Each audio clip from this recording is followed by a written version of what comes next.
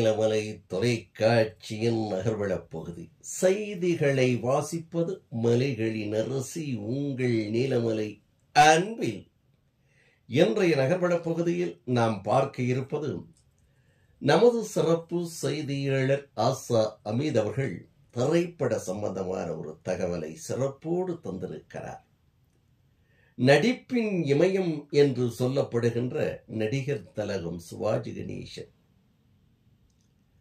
நடிகர் திலகம் சிவாஜி கணேசன் அவர்கள் 1950ஆம் ஆண்டு திரையுலகத்தில் நுழைந்தார். பராசக்தி என்ற ஒரு திரைப்படம். கலைஞர் அவர்கள் கதை வசனம். அந்த கலைஞனுடைய தீப்பொறி பறக்கும் வசனத்தை அந்த திரைப்படத்திலே பேசி நடித்திருப்பார். அன்றைக்கு அவருடைய உருவம் மெலிந்து சிறு உருவமாக, ஒரு கதாநாயகனுக்குரிய அந்தஸ்து இல்லாத ஒரு உருவமாக இருக்கும். அப்படிப்பட்ட உருவத்தோடு அந்த திரைப்படத்தில் கதாநாயகனாக அந்த திரைப்படத்தினுடைய தயாரிப்பாளர் அவரை அந்த திரைப்படத்திலே நடிக்க வைக்கிறார். ஆனால் அந்த திரைப்படம் பராசக்தி என்ற திரைப்படத்தினுடைய பார்ட்னரும் அந்த கூட்டு தயாரிப்பும் பெரும் முதலீடு செய்யக்கூடியவருமாக இருப்பவர் யார் என்று பார்த்தால் அவர் ஏவிஎம் மெய்யப்ப செட்டியார். அன்றைக்கு திரைப்பட உலகத்தில் கொடிகட்டி பறக்கக்கூடிய ஏவிஎம் நிறுவனம் என்று சொன்னால் தமிழ் திரை உலகமாகட்டும், இந்தியாகட்டும், தெலுங்காகட்டும், கன்னடமாகட்டும், மலையாளமாகட்டும் எல்லா மொழிகளிலுமே படத்தை தயாரித்து வெற்றி படமாக உருவாக்கிய ஏவிஎம் மெய்யப்ப செட்டியார். அவர் சொல்லுகிறார், இவர் வேண்டாம், கதாநாயகனுக்குரிய அந்தஸ்து இவருக்கு இல்லை, இவரை வைத்து நீங்கள் படத்தை தயாரித்தால் நான் விலகிக் கொள்ளுகிறேன் என்று சொல்லுகிறார். அன்றைக்கு நடிப்பிசை புலவர் KR ராமசாமி நடிப்பும் பாடலும் என்று வெற்றி கொடி நாட்டிக் கொண்டிருந்தவர் நடிப்பிசை புலவர் ராமசாமி. அவரை போடுங்கள், TR மகாலிங்கத்தை போடுங்கள் என்று அன்றைய காலகட்டத்தில் இருக்கக்கூடிய நடிகர்களுடைய பெயரை எல்லாம் சொல்லி போடுங்கள் என்று சொல்லுகிறார். ஆனால் அந்த பராசக்தி திரைப்படத்தினுடைய தயாரிப்பாளராக இருக்கின்ற நேஷனல் பிக்சர்ஸ் வேலூரைச் சேர்ந்த பெருமாள் முதலியார் உறுதியாக நிற்கிறார். நடிகர் திலகம் சிவாஜி கணேசன் தான் இந்த திரைப்படத்தின் தயாரிப்பாளர் கூறுகிறார், அவர்தான் கதாநாயகன், இல்லை என்றால் இந்த படத்தை நான் எடுப்பதை விட்டுவிடுகிறேன் என்று உறுதிபட தெரிவித்ததன் பயனாக ஏவிஎம் மெய்யப்ப செட்டியார் அரை மனதோடு ஒத்துக்கொள்ளுகிறார். அந்த படத்தை எடுத்து கொஞ்சம் போட்டு பார்க்கிறார்கள். போட்டு பார்க்கின்ற போது ஒல்லியான உருவம், கதாநாயகனாக பார்ப்பதற்கே அழகில்லை என்று சொல்லி மீண்டும் அந்த காட்சிகளை எல்லாம் எடுத்து பிறகு எப்படியோ அந்த திரைப்படம் வெளிவருகிறது. கிருஷ்ணன், பஞ்சு என்ற இரு இயக்குனர்கள் அதை இயக்குகிறார்கள். வெளிவந்து பத்திரிகை எல்லாம் கூட இந்த படம் ஓடாது, கதாநாயகன் சரியில்லை என்ற முத்திரையே குத்தப்பட்டது. ஆனால் ஓரிரு நாட்களுக்கு பிறகு அந்த திரைப்படம் மக்களை சென்று அடைகிறது.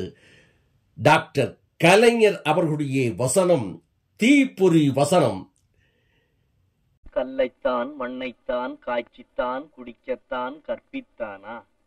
எல்லா மக்களுமே அந்த வசனத்தை திரும்ப பேசுகின்ற வசனமாக அமைந்து விடுகிறது. அந்த திரைப்படம் ஓடி வெற்றி பெறுகிறது.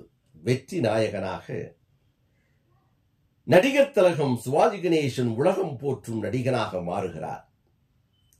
அதற்கு பிறகு ஏவிஎம்மில் எத்தனையோ திரைப்படங்கள் நடிகர் திலகம் சிவாஜி கணேசன் நடித்து ஏவிஎம் புரொடக்ஷன் தயாரித்த திரைப்படங்கள், மோட்டார் சுந்தரம் பிள்ளை என்று பல திரைப்படங்கள் வரிசையாக வந்தது.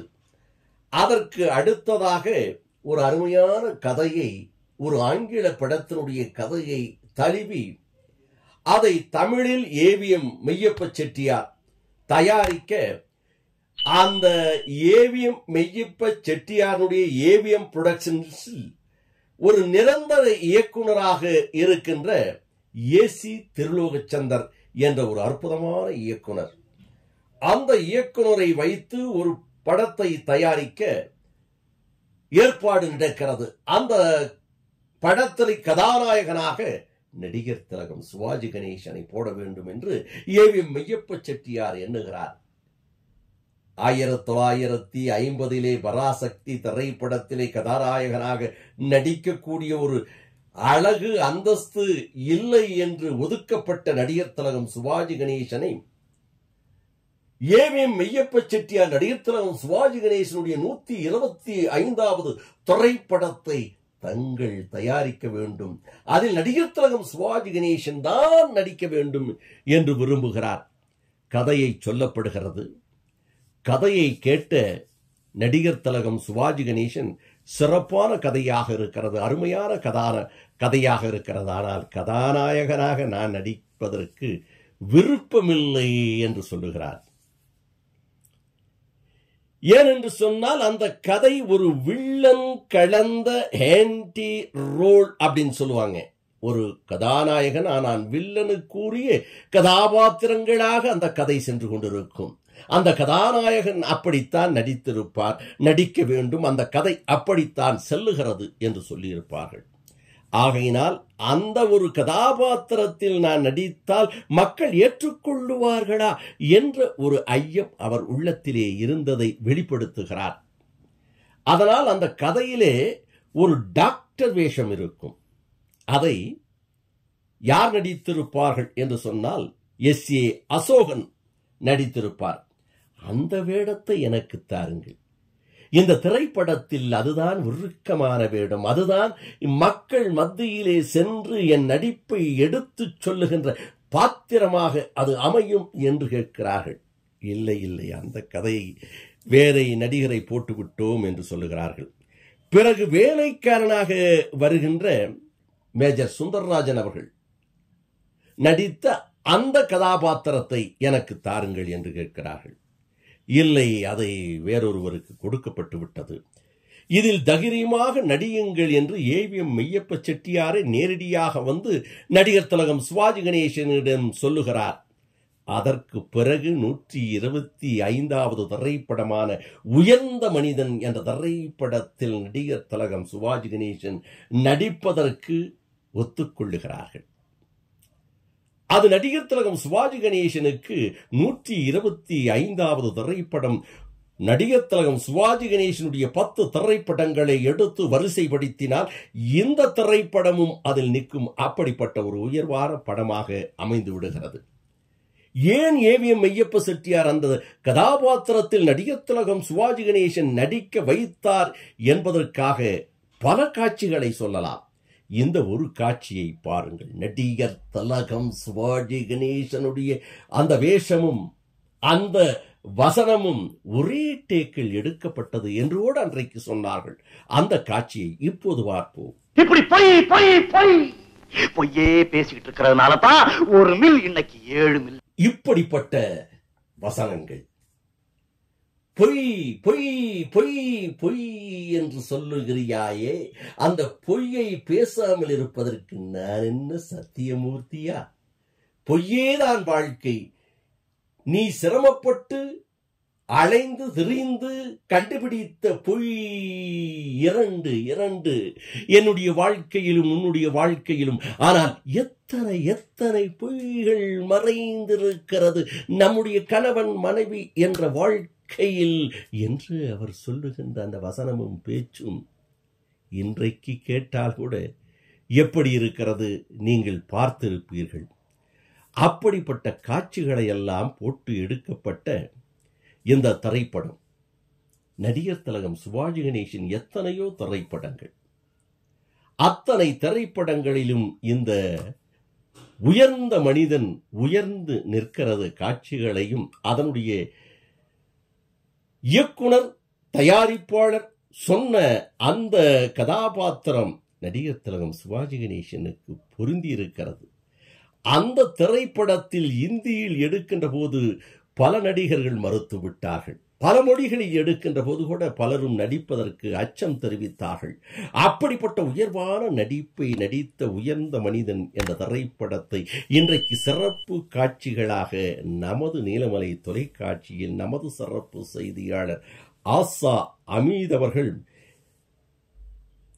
சந்திரசேகர் நாயரோடு இணைந்து வழங்கியிருக்கிறார் என்று தெரிவித்து, இந்த நகர்வள பகுதியில் இந்த திரைப்படத்தினுடைய சிறப்புகளை எடுத்துச் சொல்லி வணக்கம் கூறி விடைபெறுவதற்கு முன்பாக இதுபோன்ற செய்திகளை உங்கள் நீலமலை தொலைக்காட்சியிலும் உங்கள் நீலமலை தொலைக்காட்சி யூடியூப் பகுதியிலும் கண்டு மகிழுங்கள் என்று தெரிவித்து, நகர்வள பகுதியில் வணக்கம் கூறி விடைபெறுவதற்கு முன்பாக இதுவரை நீங்கள் NMTV யூடியூப் பகுதியில் அங்கத்தினராக மாறாமல் இருந்தால் உடனடியாக NMTV யூடியூப் பகுதியிலே சென்று நீங்கள் சப்ஸ்கிரைப் செய்து பெல் பட்டனை அமர்த்தி அங்கத்தினராக மாறுங்கள் என்று தெரிவித்து, உங்களது கருத்தையும் NMTV யூடியூப் பகுதியிலே பதிவிடுங்கள்.